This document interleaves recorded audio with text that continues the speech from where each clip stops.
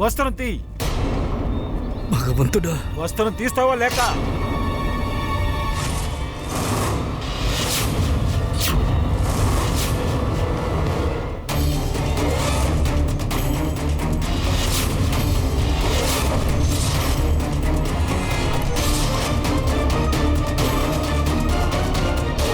నువ్వే కదా నిన్ను దర్బార్ నుంచి బయటికి పంపించాం కదా. ఎక్కడ వాడివి? ఇక్కడే విజయనగరం వాసినే. విజయనగరం కాకపోతే మరి ఏది నీ ఊరు?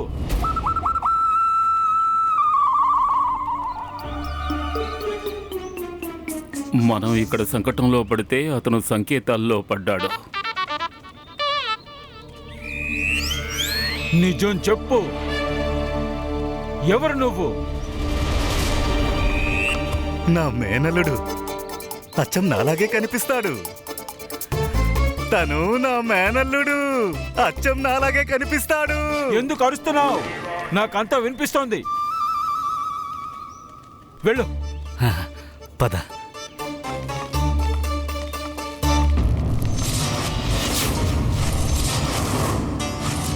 ఆగు. నువ్వు వచ్చావు ఆ పండితుడిలాగే ఉన్నావు. మా అమ్మాయి గారితో దుర్వ్యవహారం చేసిన వాళ్ళ.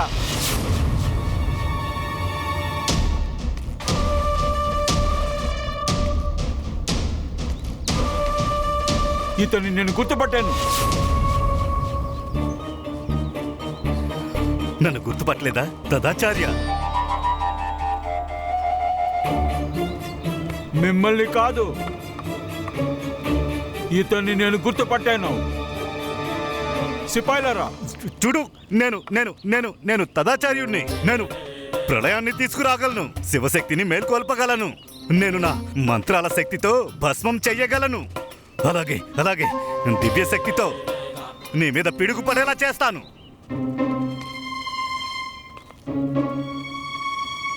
సరే.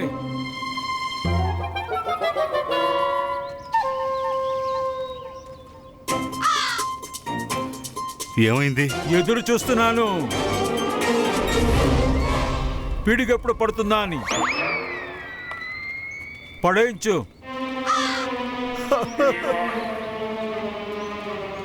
సిపాయిలారా, తీసుకెళ్ళండి వీడిని.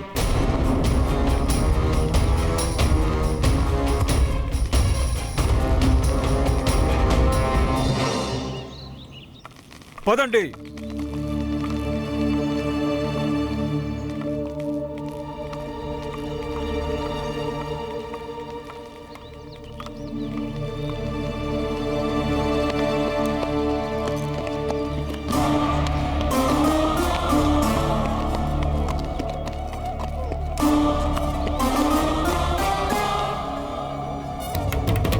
భగవంతుడా, భాస్కర్ని రక్షించు.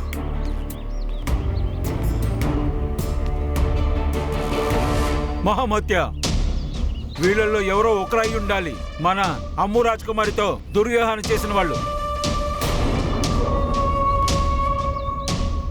పల్లకిని తీసుకురండి.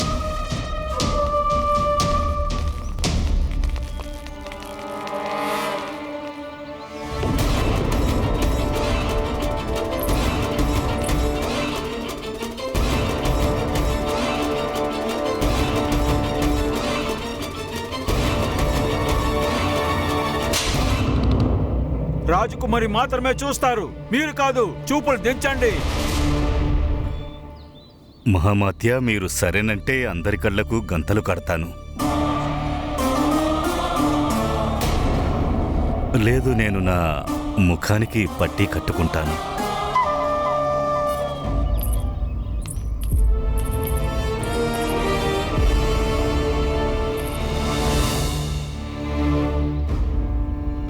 కాంత, గుర్తులు కనిపెట్టు.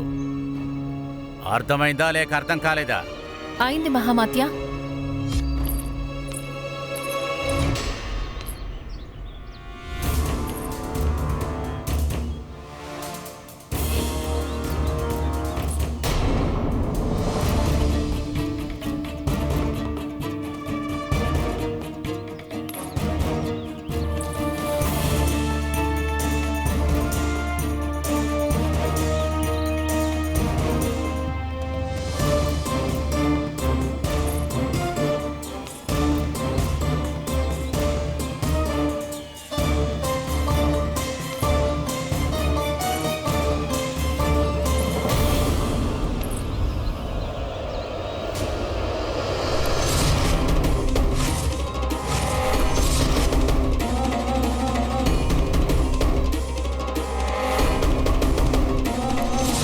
నేను దొరికిపోయానంటే నిన్ను మాత్రం వదలను బందీని చేయిస్తాను.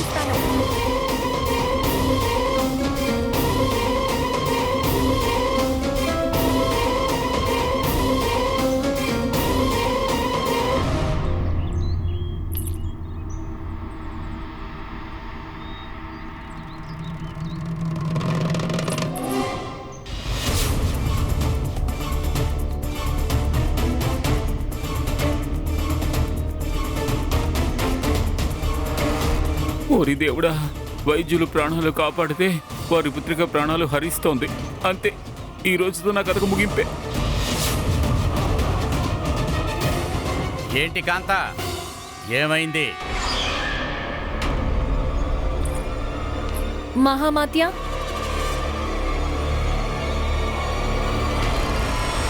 ఇతను కూడా కాదు.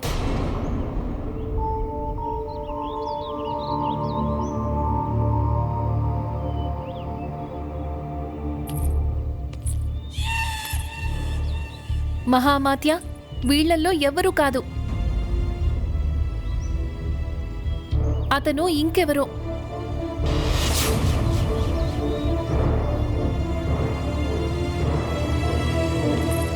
మహామాత్య, విజయనగరం సరిహద్దులన్నింటినీ మూయించాము. ఎవరు తప్పించుకుని వెళ్ళలేరు. అందరినీ పిలువు,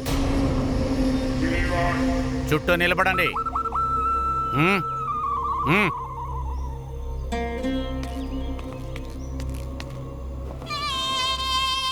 చుట్టూ నిలబడమను. అందరూ తిరగండి, అటువైపు తిరగండి. బందీలుగా తీసుకొచ్చిన పండితులు మాత్రమే అటువైపు తిరగాల్సి ఉంటుంది, అందరూ కాదు.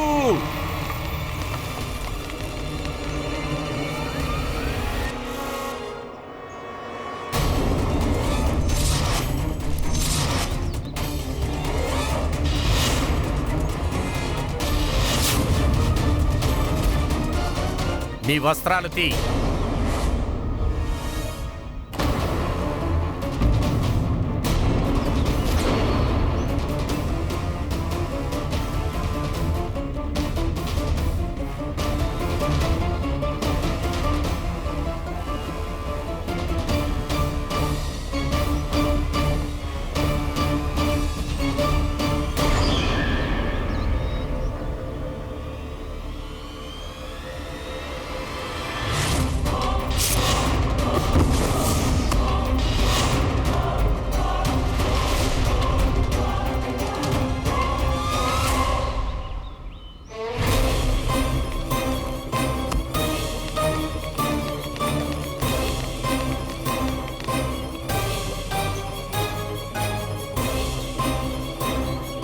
ఈ దెబ్బ ఎలా తగిలింది?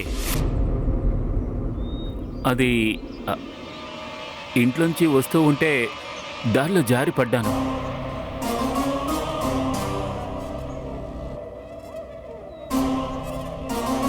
అమ్మో,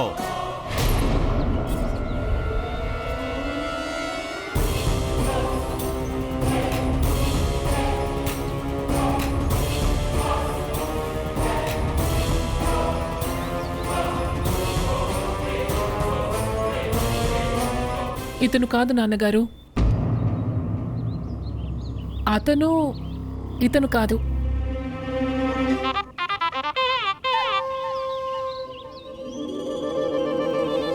సరే, నువ్వు వెళ్ళు.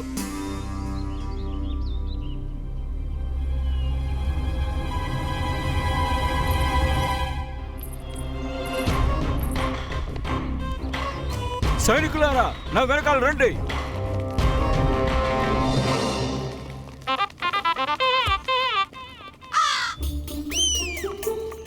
అరే భాస్కర్, భాస్కర్, భాస్కర్, నువ్వు ఈ కైకాలాసనం మీద ఎందుకు కూర్చున్నావు? ఎవరైనా చూస్తే పెద్ద సమస్య అవుతుంది. నువ్వెప్పటికీ మారవు కదా. పద, కొత్త రాజగురువుల దగ్గరికి వెళదాం. అవును, కొత్త రాజగురువుని కలవాలి. ఇంతకీ కొత్త రాజగురువు ఎవరు తాత? తాత అనొద్దు, ఇప్పుడు నాకంత వయసు ఏమైందని. ఇక పైన అన్నంలే.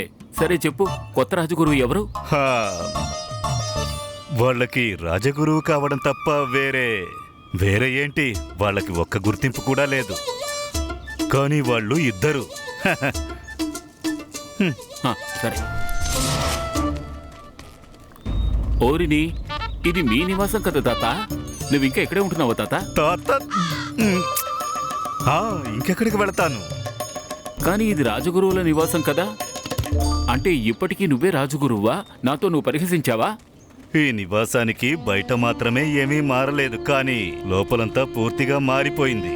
ఈ మధ్య నేను ఒక మూల పడి ఉంటున్నాను. మరి రాజగురువు? ఒకప్పుడు, ఇప్పుడు కాదు.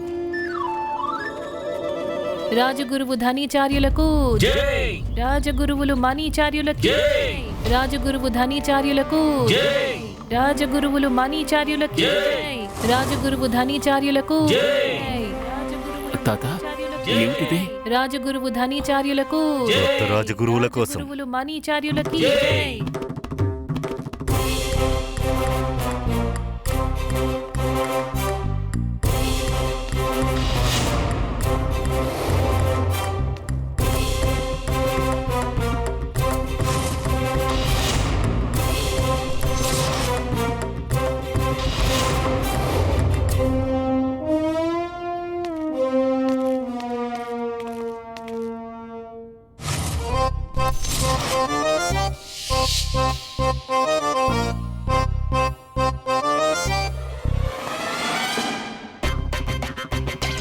ఓరిని, వీళ్ళు తమ శిష్యులు ధనీమణి కదా? ఇప్పుడు కాదు, అది ఒకప్పుడు.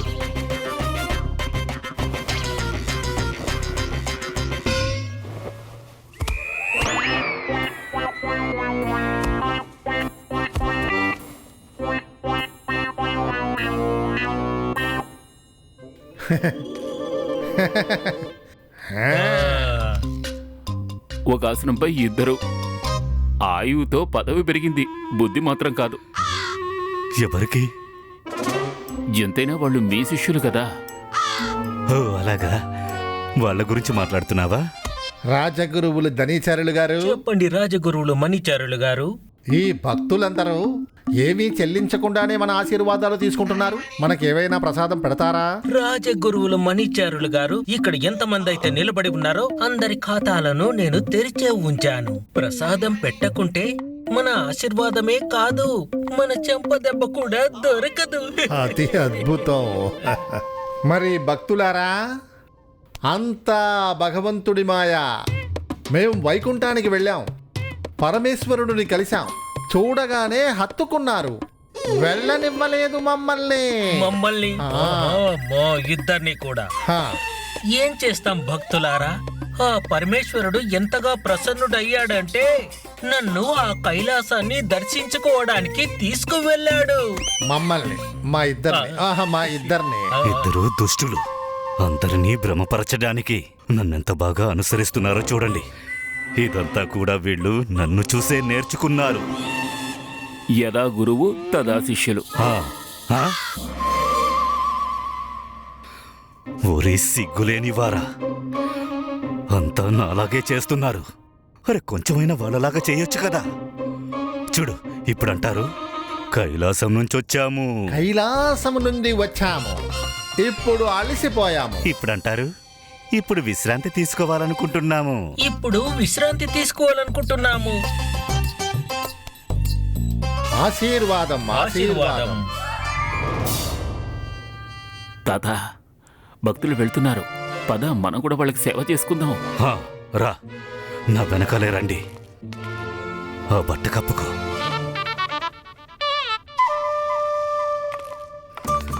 ప్రణామములు. ఇదిగో తదాచార్యుడు, వచ్చేసావా? చీకేసిన తాటి టెంకలాగా మొహం పెట్టుకొని. మా ఇల్లంతా శుభ్రం చేసావా? అలాగే మా భోజనం ఏర్పాట్లు చేసావా? చెప్పిన పనులన్నీ పూర్తి చేసావా తథాచార్య? అవన్నీ అయిపోతాయి రాజగురువు గారు. అది నేను మీకొకరిని పరిచయం చెయ్యాలనుకుంటున్నాను. ఎవరైతే భోగాన్ని చెల్లిస్తారో వాళ్ళనే మేము కలుస్తాము. భోగమైన ఏదైనా మనకి తలరాతలో రాసుండాలి. మీరు వారిని కలవండి. ఆ తర్వాత మీ ఇష్ట ప్రకారం వాళ్ళని ఆశీర్వదించండి.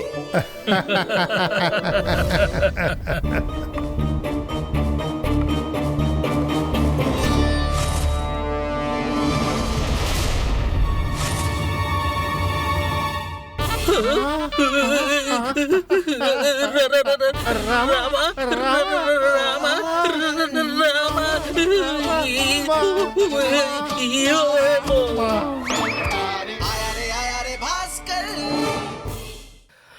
పద పద పద.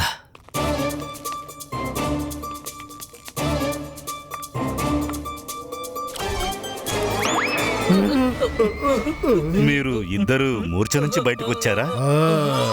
అయితే ఈ విషయాన్ని మీరు బుర్రలో నుంచి బయటికి తీసేయండి. తను పండిత రామకృష్ణ అని.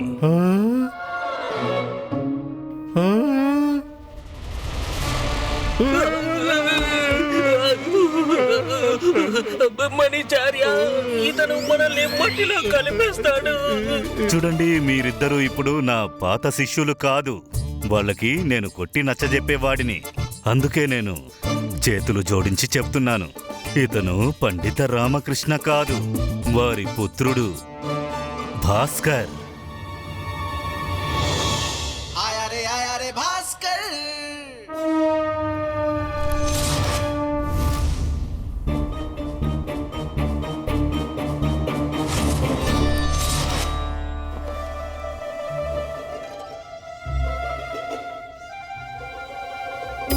ఆ, చిన్న భాస్కరా, ఆహా, అది 20 ఏళ్ల క్రితం మాట. ఇంతకీ మీరెవరు? అవసరం లేదనుకోండి. అయినా నా పేరు గుండప్ప.